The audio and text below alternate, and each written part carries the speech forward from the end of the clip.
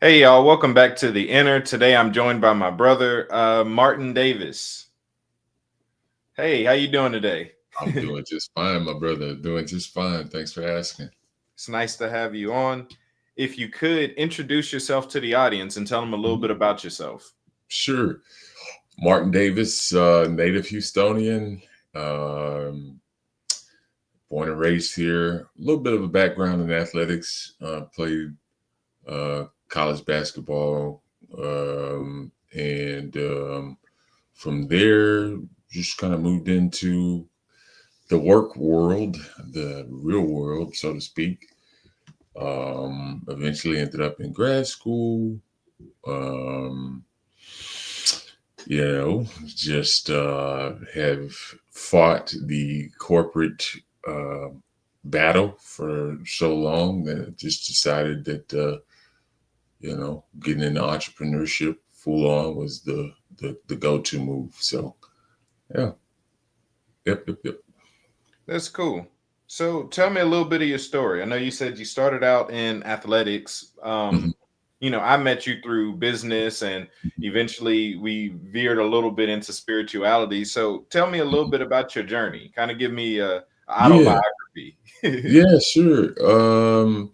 Yeah, so grew up in a deeply religious household. My father was a Baptist minister Okay. kind of in my late adolescent, early adulthood years. He had decided that it was, the Lord had called him into ministry. But even prior to that, I grew up in.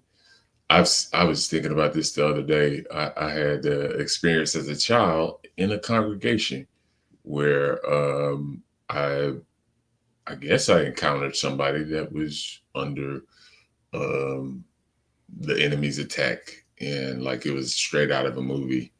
Hmm. But there was a lot of things going on in that church, and my dad was like a supportive member, and then he moved into the leadership role at the church that he grew up in. And my mom is still with us. Dad passed away a few years ago, but mom is like, man, she loves God. You know what I mean? Deeply in love with God, and so that had an impact on me.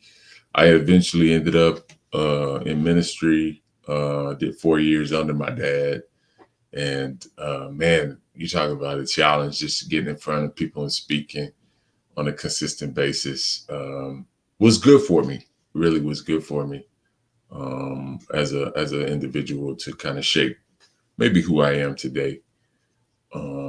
But man, I really love Houston. Been here all my life. Now I'm in Katy, Texas, and I love it out here.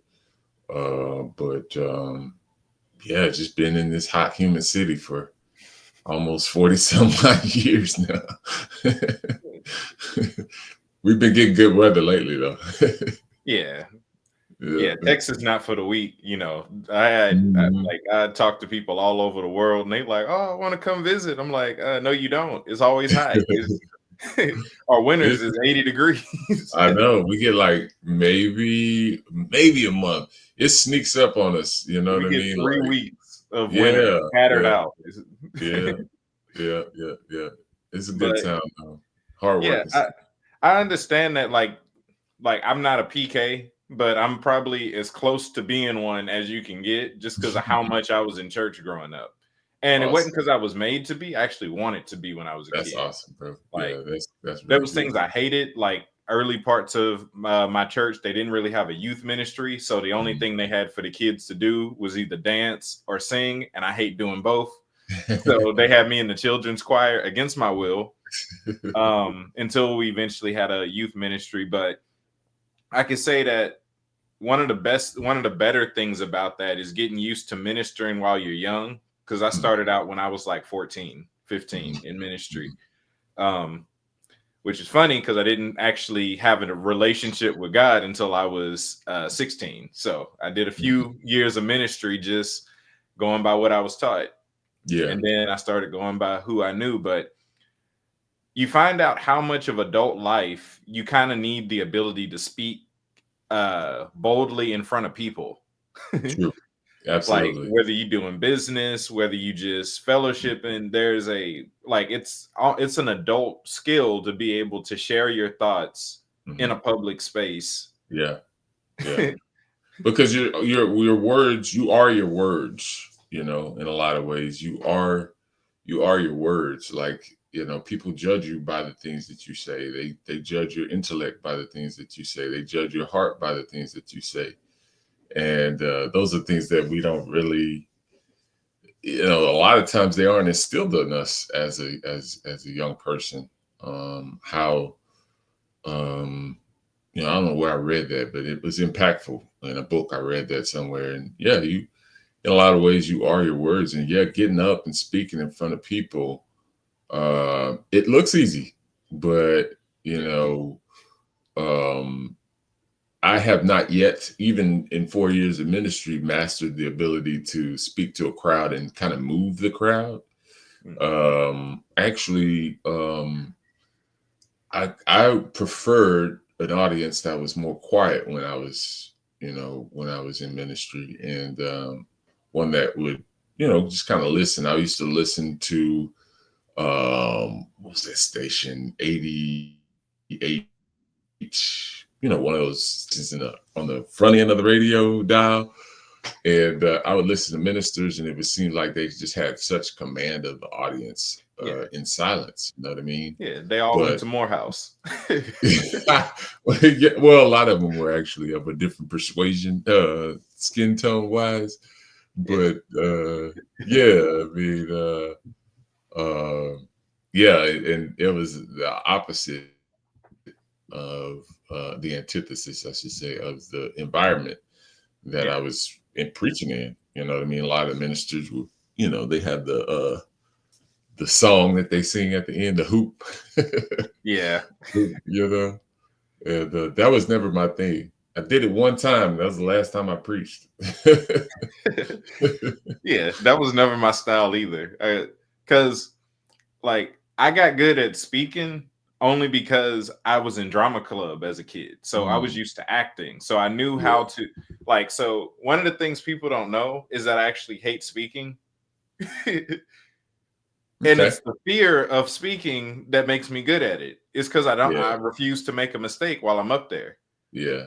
So I Yeah. end up being a lot more seamless Yeah. than yeah, it's just Yeah. I'm Absolutely. an introvert, so I really don't Yeah. like I could. social I could environment. tell. I could. Yeah, Just judging your spirit when you spoke at the event that we attended. I was yeah, like, he's in a almost like a stream of consciousness. But it was like a grit, and you were just speaking your truth. yeah, And yeah, it was really good. It was really, really, really good and impactful. The things that you said, and you know, I know one of the things that you mentioned that was like really key for me was like we don't even know who this thing that we call the enemy is a lot of times. You know what I mean? We just say we got an enemy. You know what I mean? yeah, We're not able to define who that enemy is. So that was meaningful when you mentioned that for sure. yeah. Because that's something that I'm getting people more comfortable with accepting. Because even I said that during that presentation, it's just that we were taught anything bad happens is the devil, anything good happens is God. Mm-hmm. Yeah. And we don't realize that Satan is here to help too. Mm-hmm. It's Mm-hmm. just tough love, and tough love don't feel good. It's an uncomfortable love. Mm-hmm. It's coaching ain't fun. Yeah. Yeah. But Yeah. yeah, like I learned like drama club was highly beneficial, just getting me used to speaking and reading and all that stuff. Mm-hmm. Mm-hmm. Mm-hmm. So I developed the skill to be able to kind of go inward while maintaining a poker face externally. Mm-hmm. Yeah. Yeah. Absolutely. That is a skill that I think people often don't value enough. The ability to, when I was in sales, I would think about that, and sometimes you have to, like they say, fake it till you make it, but it's not really even that. It's just like you are a character. Mhm, Everyone is a character in the world is a stage, they used to say, and you have to play your role sometimes. And mhm. um, sometimes, in dialogue with people, people try to knock you off your block in business in general. Mm-hmm. I had a meeting earlier today about my brand, my Upsurge, and speaking with somebody, and you get in these rooms and you have to sometimes act as though you belong to be confident, Yeah. in what you have to deliver. So when you mention act like that, yeah, it's very, very, that is a skill. It Yeah. looks easy, it's not easy. Public speaking and yeah, Yeah. there's skill involved for sure. I was on a call just a few minutes before we started recording, and some of the guys were talking about a similar topic where it's one of them said, everything is created twice. Pretty Okay. much thoughts become things. It was created Yeah. in someone's mind Mhm. first, and then it took physical form, and that was a second creation. Or Mhm. one of the few things that I got from church, I grew up Baptist too, was that if you don't see it before you see it, you'll never see it. Mhm. So there is some truth to the fake it Yeah. till you make it mentality, is Mhm. that I have to get myself in the right mentality of the thing that I want, even Mhm. though I'm not there yet. But if I stay in it, I'll eventually be there. And Mhm. something I found out, even when I started doing sales, well, I learned this in the military. If you're confident, people don't really recognize that you're wrong. That's something they used to tell us when they was doing, like, they'd wake us up and we had to do trivia while we was in boot camp and stuff. Like, first Sure. thing after Sure. we wake up, and they would tell us, look, as long as you sound off and give a loud, confident answer, the Mhm. person grading you might not even recognize that you just gave them the wrong answer. Right. So as Yeah. long as, like, these people don't know whether you professional or not. They don't know your private life. They know who Yeah. you about to show them. Yeah. Yeah. Yeah. Absolutely. Absolutely. Yeah. I mean, but what you said was so key. Like, you have to, that's the definition of a visionary. You Hmm. take a vision and it comes to pass because you just become relentless about it. You know what I mean? And about, let me think, maybe this is about 2022. I was coming out of the mortgage industry and just kind of dealing with some things career wise. And Hmm. I was scrolling on TikTok and I saw this thing. It was conscious alignment, and Will Smith was on there. May or may not like him, but he was like, um, Yeah. it was something impactful. He was just like, most people don't have the discipline to carry out what it is that they want, right? Yeah. And then after that, a bunch of other famous people came on, and they were just talking about like grit, like having patience, and if you set your mind to something and in 2 years you'll see that come to pass if you just stick with it and don't quit. And that's when I said, oh man, you know I can be an entrepreneur, and live out my dreams if I just lock in for a good 2 years. Yeah. And been a bumpy road, man. Hmm.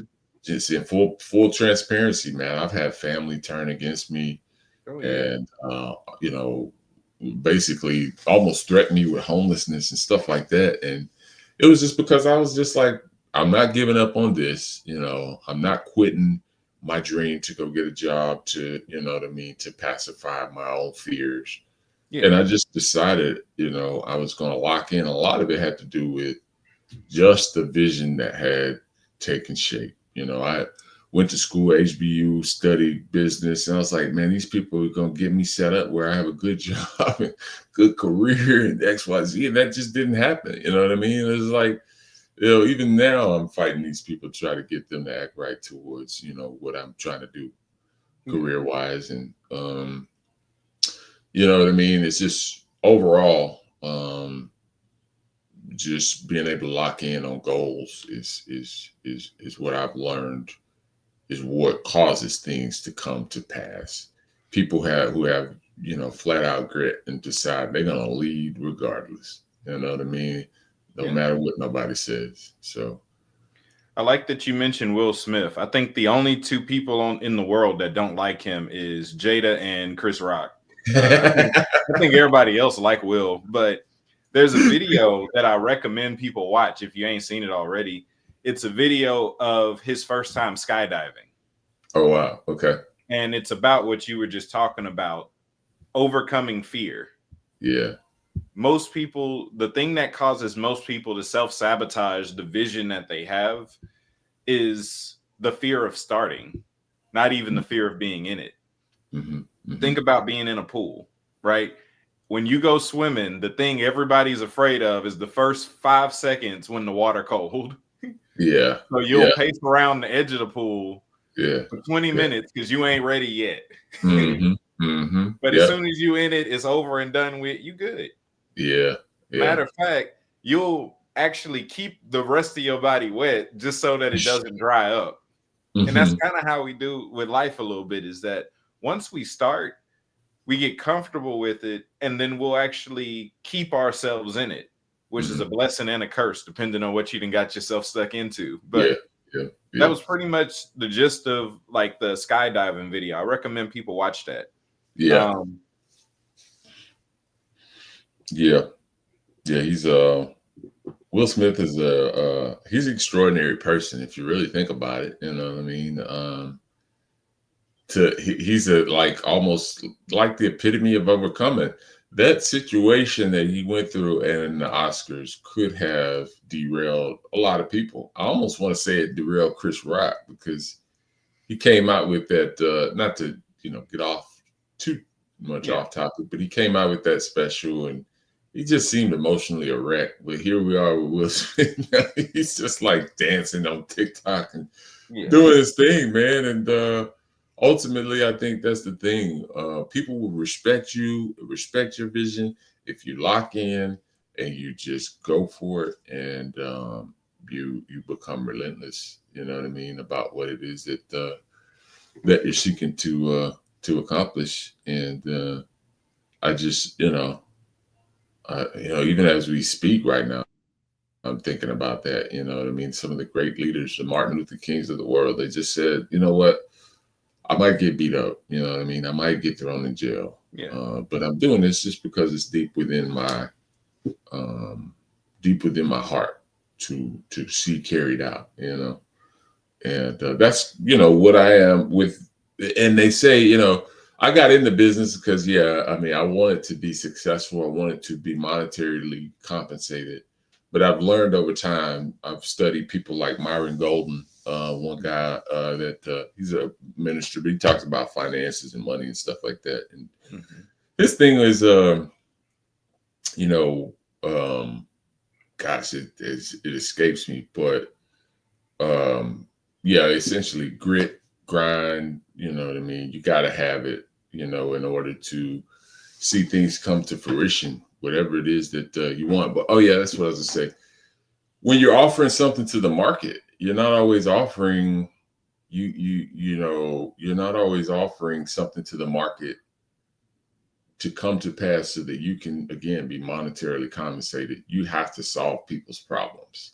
yeah, You know what I mean? In order to lead a successful organization, you got to be a problem solver. You got to be somebody who's trying to reach people and help people.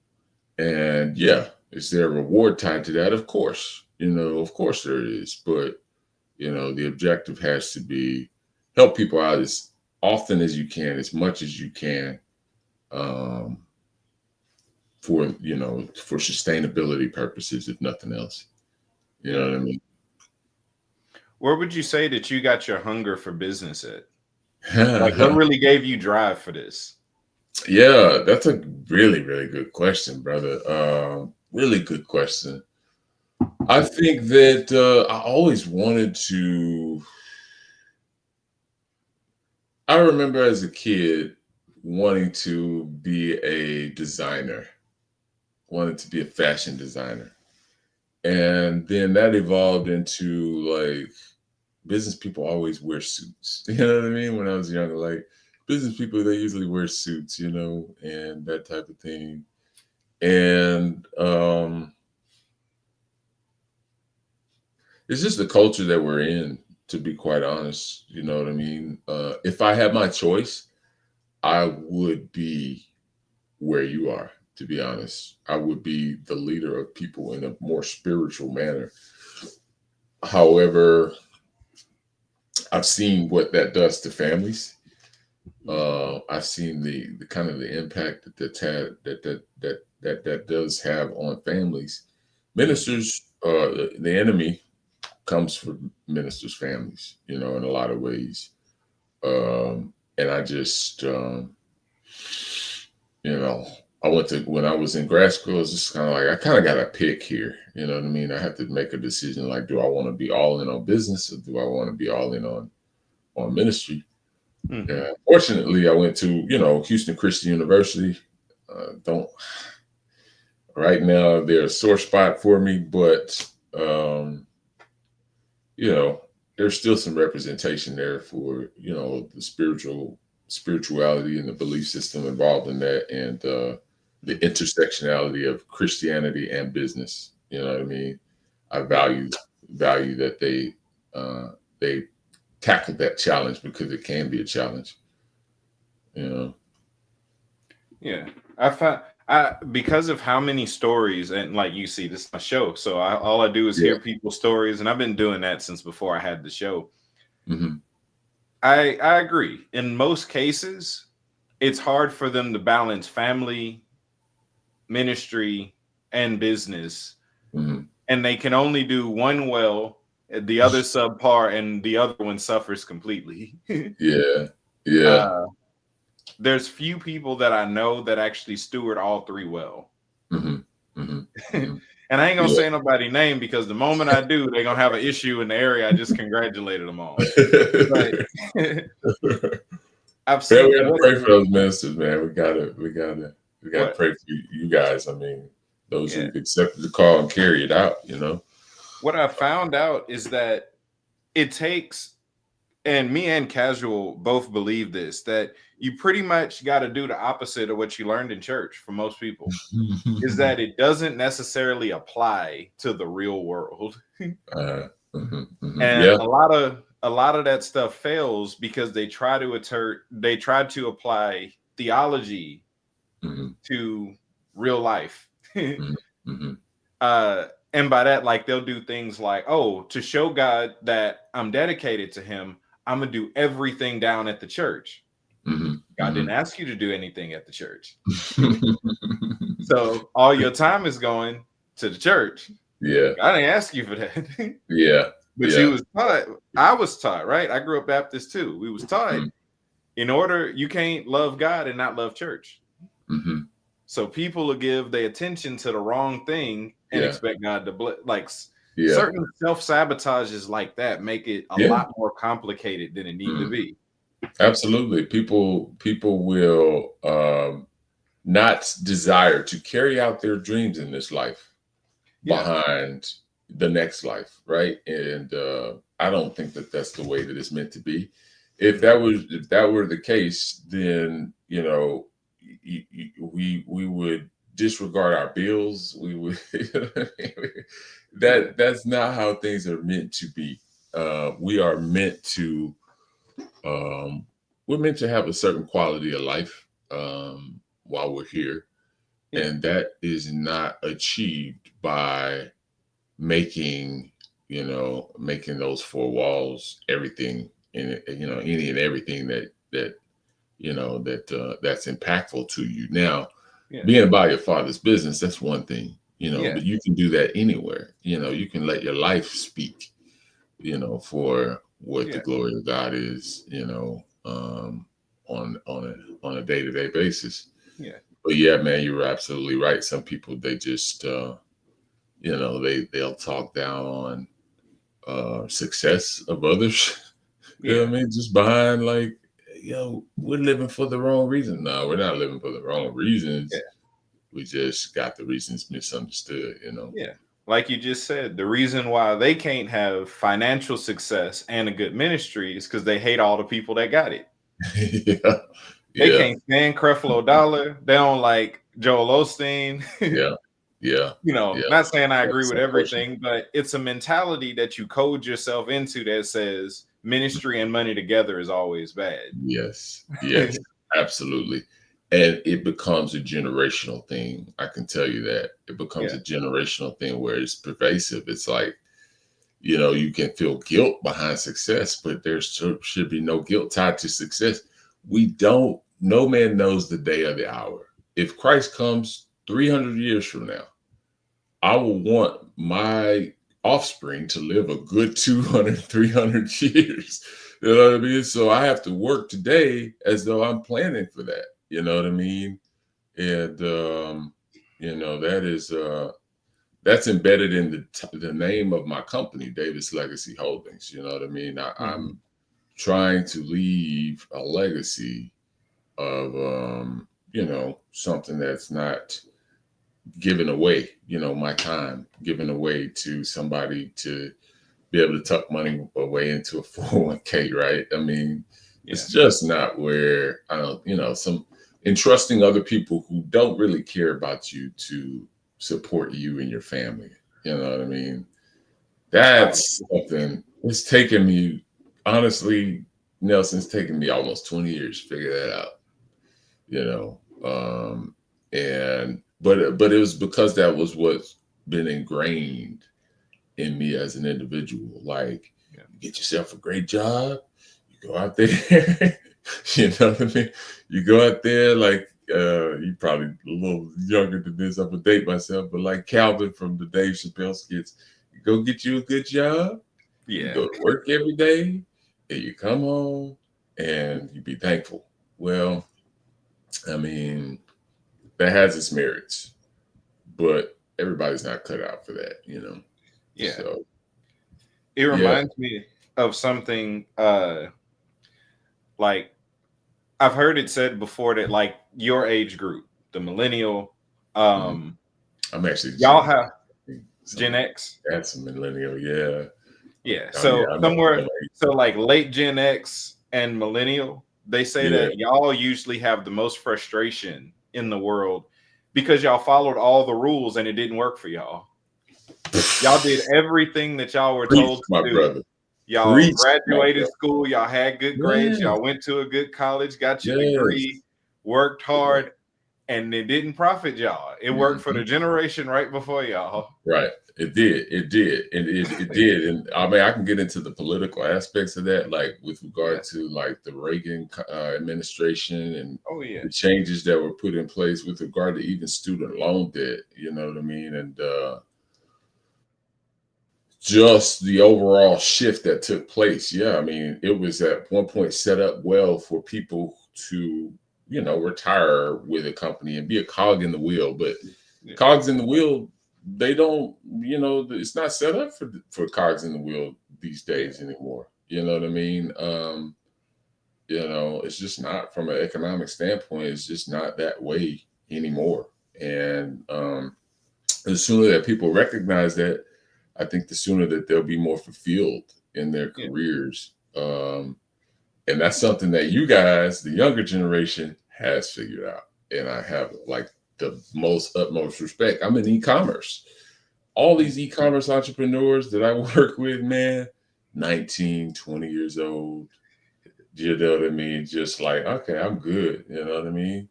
Yeah. And it's funny how that works. You know what I mean? Really, really funny. And I have friends my age and they're like, yeah, I'm just getting up going to work today.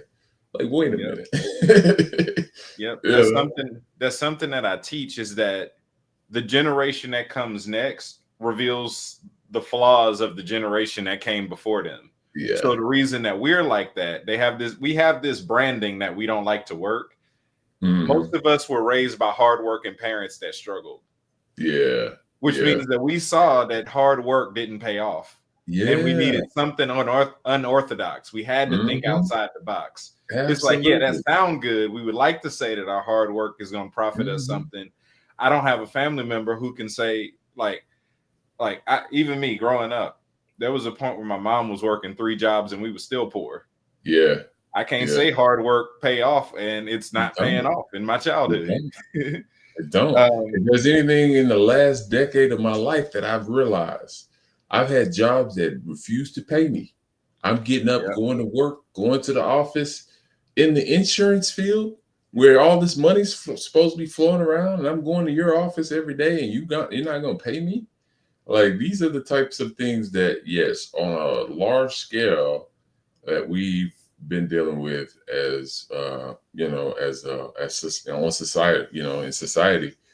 And yeah, I mean, from even a personal standpoint, I'm still married and I have a kid, you know what I mean? And I was doing everything that I could to try and, um, try to, I didn't know, honestly, didn't really fully understand what my role was in husbandry and in fatherhood. And so I was just kind of running around like a chicken with my head cut off Mhm. and feeling like I wasn't being supported, you know what I mean, in any way. Yeah. Um, and not to point blame at anybody, of my small family, right? But yeah, it just speaks to the fact that you can be a very hard worker and not be compensated and not be fulfilled. You know Yeah. what I mean? And 400 I years of really slavery appreciate taught us those. that. Huh? 400 years of slavery taught us that. We still ain't got paid. We still have not gotten, and it may not happen. As a matter of fact, yeah, I just think about this the other day. I think about this often. The slave owners got the reparations. Yeah. What? Like, and that is not something that is like people are adamantly up in arms about. You know what I Yeah. mean? One of the things that I found out, because I'm a historian, like history, science, spirituality, Yeah, that's my I can areas tell of with expertise. yeah, I can tell the background for sure. With one of the things that I found out is that the reason that Haiti is in the state that it's in is because the US and France have Hmm. been punishing them for lost Yeah, goods. yeah. Those lost goods were slaves that got freed. Hmm. Hmm. So It the is. US and France are still Yeah, punishing them yeah. financially. That's where their debt comes from. It's a deep seated evil. It's a deep Yeah. seated evil that would cause something like that. It really is. It's funny because it kind of got swept under the rug. But Naomi Osaka, the tennis player, she was like some guy in the French Parliament was like, um, the U.S. should give the Statue of Liberty back, and she Mhm. says, well, let's talk about the reparations that you guys need to give back to the Haitians, right? Yeah. For what you done, require those people to pay reparations. Like what? It doesn't make sense. It's an Yeah. evil, absolute evil spirited thing that is tied to wealth creation gone wrong, Yeah. gone mad, and not seeing your fellow man as a brother. You know, Yeah. Every yeah. atrocity is because in the moment they were able to label the other person as not human. Hmm. Yeah, Misogyny only exists because certain men see women as less human yeah, than them. yeah, Racism only exists because we see each other as less human because of skin color, ethnicity, stuff like yeah, that. yeah, yeah. I agree wholeheartedly. It's like we don't. And when you think about it from this standpoint, we animals live the lives of. They say the only thing that separates a human being and an animal is the ability to connect with the higher power, with God, spirituality. Animals can't do that. So what do animals do? They attack each other. You know what I mean? But our separation from God, from the higher power, from spirituality, Yeah. is what's supposed to separate us to where we treat one another better than Yeah. than what history has shown, um, as Yeah. a manner in which we can. You And we know? messed it up. We the Yeah, only thing that pay to live here. yeah. I know. I know. It's yeah. It's it is the system by which we live for sure. Yeah. Yeah. But just talking about kind of making it in like this crazy society, something I noticed, again, history being one of my favorites, is all the people that we know and respect are the people that didn't follow any of the rules. Yeah, We only absolutely. know about them because they were unorthodox. Muhammad Yeah. Ali, we only know because he didn't fight like the other heavyweights. Innovators, and call those innovators people who kind of go a different way. You know what I mean? They blaze a different trail. They are the ones who have influence. They are the ones who make an impact with throughout their lives. And that's one thing that my dad left us with. He always said, when I was preaching, he'd be like, you just want to have an impact. Now that I'm 40 something, I realize, man, as time moves on, what do I stand for in terms of what's going to be left behind when I'm no longer here, right? I mean, those are the things that start to matter to me more. When I was younger, it was like, okay, how can I get money? How can I support myself? XYZ. And now it's like, how can I do that plus, stand for something while I'm here other than, those things. So yeah, you're right. Absolutely. I agree with that wholeheartedly. I mean, you gotta be a trailblazer, not to the unfortunate part about a lot of Black men in this country has been that we've done things a different way and paid the price. If you really think about our history, we've got the Frederick Douglasses of the world who, um, went out peacefully, right? God bless Obama. I hope they don't dig up no dirt on him. If he had some, we'd already have it. Yeah, I think so. I agree. But then you think about like the what's that gentleman's name? They made a movie about him, the Black Panther. Fred Hampton. Fred Hampton.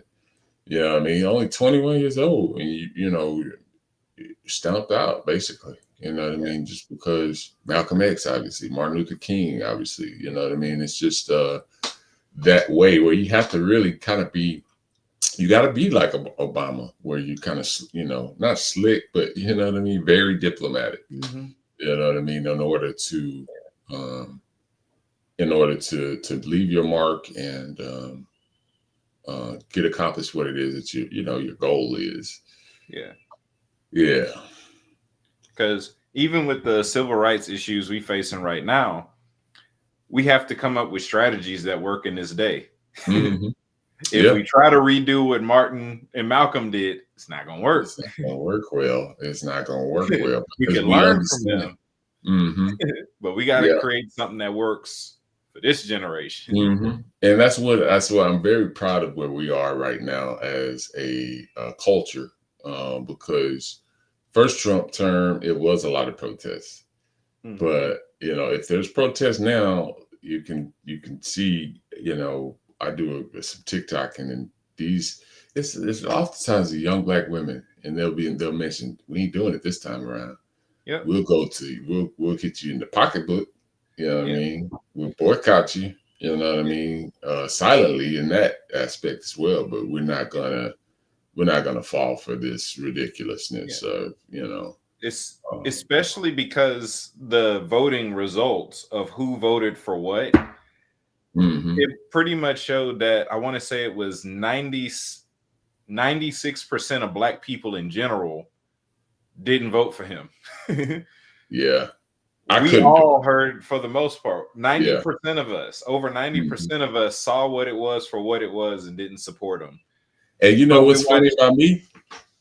Me personally, during Trump's first term, like right at the end of his first term, man, I was in the mortgage industry. I was raking it in hand over fist. But it was still something off. It was just like, I just, like with the experience of George Floyd, it was just like, nah, man, I can't sell my soul. You know what I mean? I can't sell out. I can't do it. And, yeah, I mean, it's overall, we can go on and on about that, but we got some work to do as a nation, man. We really do. It's kind of like I want to say first 3 chapters of Genesis. Don't quote me on that. I think it's Genesis 3. Sure. After Cain then killed Abel, he's like, oh, his blood cries out from the earth. This country ain't going no further than fixing the blood that's still crying out in the earth. Man, that's so good. Yeah, bro. Too That's much so blood good. here for none Yeah. of it to be resolved. Mm-hmm. And like Yeah. I say this to people who do a lot of evil. It's like you've sown too much to not reap anything. Mm-hmm. You've got Yeah. to fix some of this stuff at some point. That's true. Yeah, that's true. Those relationships, those wounds that you cause other people, man, it comes back to hunting. That's why, I told somebody this before. I believe that there is a heaven and a hell because so many people have raised hell while they've been on earth that they deserve, punishments related to what that looks like in their future days. Whether that uh, if you're a believer, obviously you know that's on a spiritual level or soul level, within their soul, but yeah, man, you're right. If you sow, you reap what you sow. Yeah. From In a some when way, just a shape, or form. relationship standpoint. Say it one more time. I said in some way, shape, or form. Mm-hmm. Yeah, absolutely. You do. You do. I had a, I had a tough conversation with somebody. I had a property that I owned up in Cairo, and I sold the house, and there was a leaser, there was a tenant in there. And he was like, you've been in the mortgage business and, you've done a lot of people wrong over your career. I'm like, have I? You know, I was coming out of the industry at that time. I was like, have I really? You know what I mean? Mm-hmm. Um, and so I say that to say that a lot of people use that and they don't know what it means. You know what I Yeah. mean? But it's real. It is real. You sow the wind, you reap the whirlwind. Yeah. So it's always good to plant good seeds because we're not always dealing with all the information, in Yeah. this life. Um, and sometimes a little nudge this way or the next will will lead to your success or your failure. You know what I Yeah. mean? That's why Yeah. I'm big. That's why I'm kind of big on a simple policy when it comes to interacting with other people. Hmm. Is I'll do my best to do right by everybody that I encounter. Hmm. Should I do something wrong, I believe in apologies, right? Hmm. I believe in apologizing to you and trying to make it right if I do Yeah. you something. Hmm. But as a lifestyle, not doing stuff to people. Yeah. Yeah. Don't do stuff to me. Yeah, there's so many ways I've seen people go around a simple apology, right? Hmm. I've Hmm. seen people preach a sermon. Hmm. Hmm. They'll make a post on Facebook. They'll pray in tongues, speaking. I'm like, that's great and all, Yeah. but you owe people apologies in English. Right, right. No, I agree with that. I hear you, brother. Like a lot of people are too prideful to, to say, man, I need to do an about face. You know what I mean? And that's going to improve upon our relationship. I'm not. Some people say I don't have all the answers. Sometimes you don't even have all the information. You know what Yeah, I'm saying?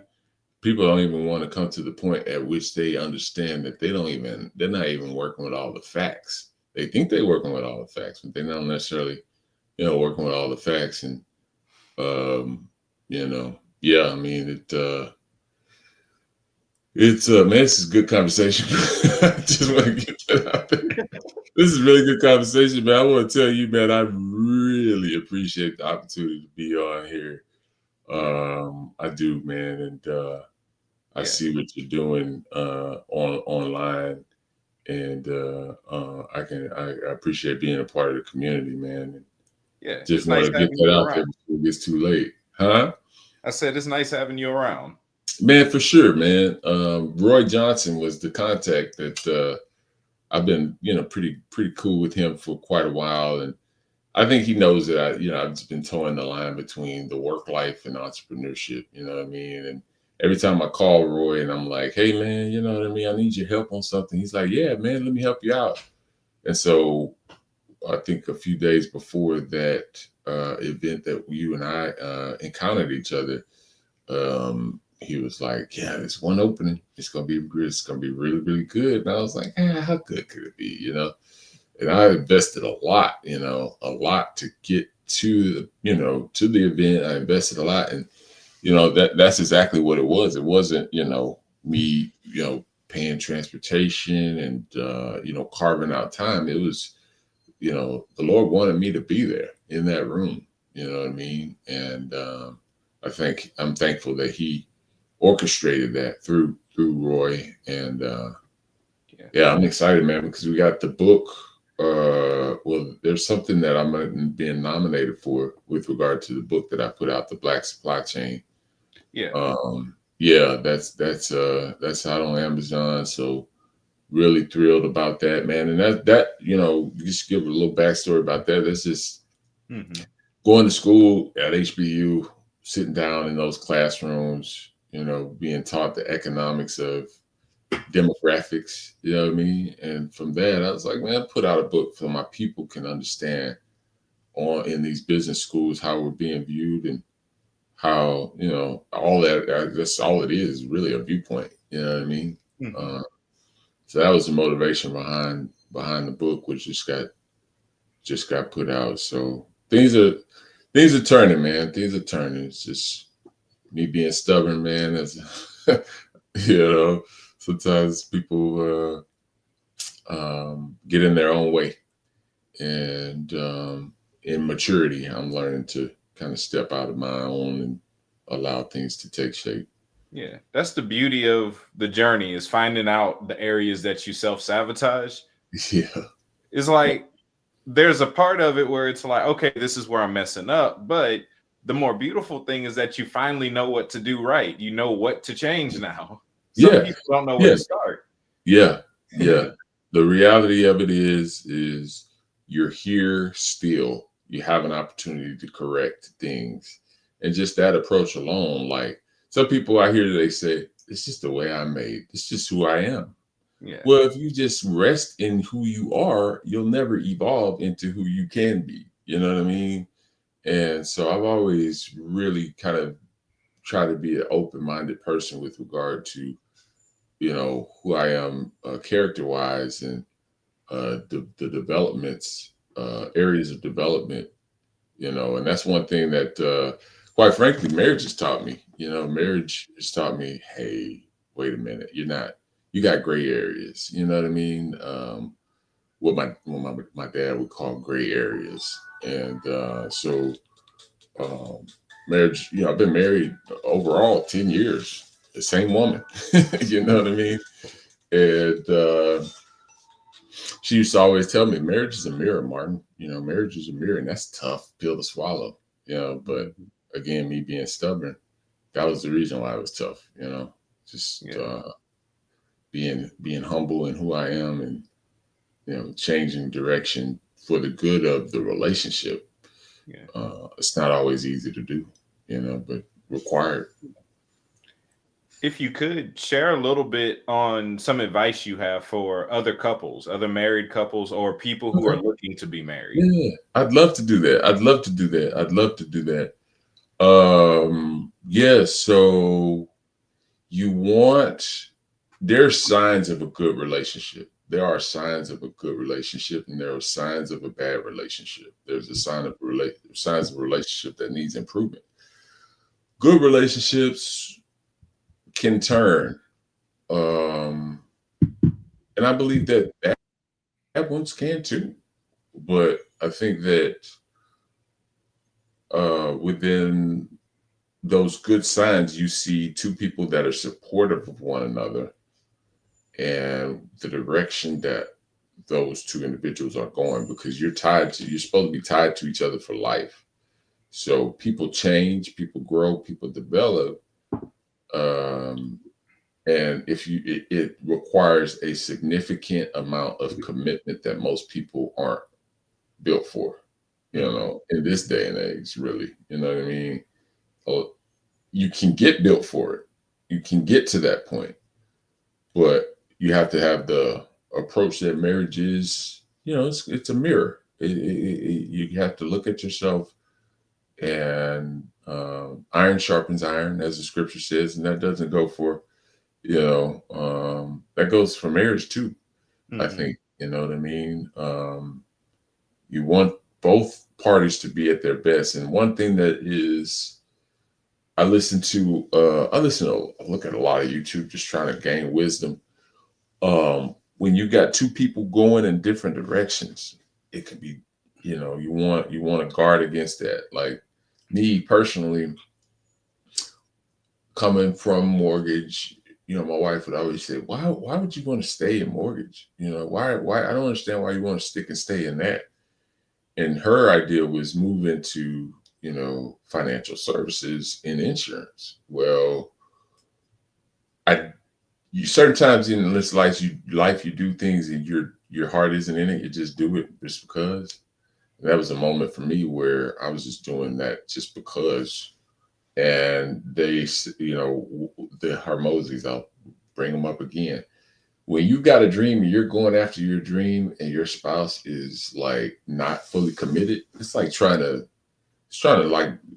dunk a basketball from the stands. It ain't gonna happen. You know what I mean? It's like you're trying to win an NBA championship. You can't even get out of the stands. Mm-hmm. So you have to guard against that. You have to, and that requires clear communication and um, synergy with regard to decision making. Um, so, but marriage is beautiful. It really is. Like it. I mean, being married, man, it's a real good spot to be in because you're just like, you know, you get a chance to consolidate things. You no longer you're out there like, who am I gonna, connect with? Who am I not gonna connect with? As a man, you don't have to be shooting at women all the time. Fear and rejection. It gets you to a place of security, but it has to be handled appropriately too. You know what I mean? Because it has a huge impact on your quality of life. That's great. One more thing I wanted to touch on before we start to wrap up is your spiritual journey. I know you said you started out as a PK Yeah. Baptist, went through a phase with the Hebrew Israelites. How would you Mhm. describe your spiritual status right now? Yeah, right now, man. Right now, connecting with communities like yours, man. I have gotten to a point where I had to make a decision that my identity was going to be within, my belief system, my faith, my identity, like who I am. No longer would I be vacillating back and forth. You know what I mean? I did spend some time studying the Hebrew Israelite approach. Um, but within that, I think what I had trouble with was the lack of grace, right? Like the Mosaic diet, you follow that, you know what I mean? Like, and I was just beating myself up for a long time. Like, I'm not observing the Sabbath. Am I going to be blessed? Am I not going to be blessed? You know what I mean? Yeah. I was, pretty deep into it. I had one real close friend who was really close with it, and he and I aren't in contact with anymore. So the community is lacking. And so, you know what I mean? God wouldn't put me in a position where I can't find nobody to connect with on the same level. So that's why I've been like, I was living out in Humble. I started visiting the Lighthouse Church, um, here in Katy. I'm not really tied to any place, so I do a lot of, I connect online. You know what I mean? Like I said, your communities like yours. If I got to go online to look at Lighthouse Church, I can give online. That's the beauty of, I think, the internet. You're never too far as long as you got that Wi-Fi. So, Yeah. um, but yeah, man, I know for a fact that we're not just beings put on earth just to, enjoy the earth. Like, no, that's not what this is about. We're objects to give glory, I think, to Mm-hmm. what God is and who he is and the system that is in place. Yeah. That's good. So, talk a little bit about your businesses in your book and Yeah. where people can connect with you and get Yeah. those from. I'd love to. So my website, which I'm extremely proud of, is myupsurge.com. You go there, you can find everything you need from self-care standpoint. Self-care is a big thing right now. So taking care of yourself, from serums, from ergonomic neck and shoulder pillows, massagers, beauty products for women. If anyone would like to connect, info at myupsurge.com. You send us an email, we'll be responsive to that. I'm on social media. The Black Supply Chain is the name of the book. It's got its own Instagram page. Trying to grow that more. Ecom. I'm kind of in that space where, teaching people would like to here in the future talk to the market of, from an educational standpoint about ecom and where that's going and the opportunities that lie within e-commerce and drop shipping and that type of thing. And so Instagram, I'm active on Facebook these days, just stories, and TikTok, man. I do for fun, I do drink reviews, food and drink reviews. So you can find me on TikTok at Mr. Drink Up. So I do a lot of drink reviews just for fun. Um, but yeah, those are my socials. Info at myupsurge.com. You send us an email there, we'll be responsive. You got questions about the site or anything like that, that's a good starting place. That's great. Y'all, please make sure to go check out some of his stuff, check out his book, and give his website a look. um, Brother, it's been great having you on. This was a good conversation. Thank you. Thank you. It's been a pleasure. Absolute pleasure and an honor, man. Podcasts are the big thing nowadays, and I can understand why. It's it's valuable. It's a valuable place, man. So I really want to tell you again how much I appreciate this opportunity. And you ever need anything from me, man, I'm here. I want to make that known in any way. So thank you so much. Awesome. Thank you. And y'all, that concludes this episode of The Inner. Until next time, y'all be blessed.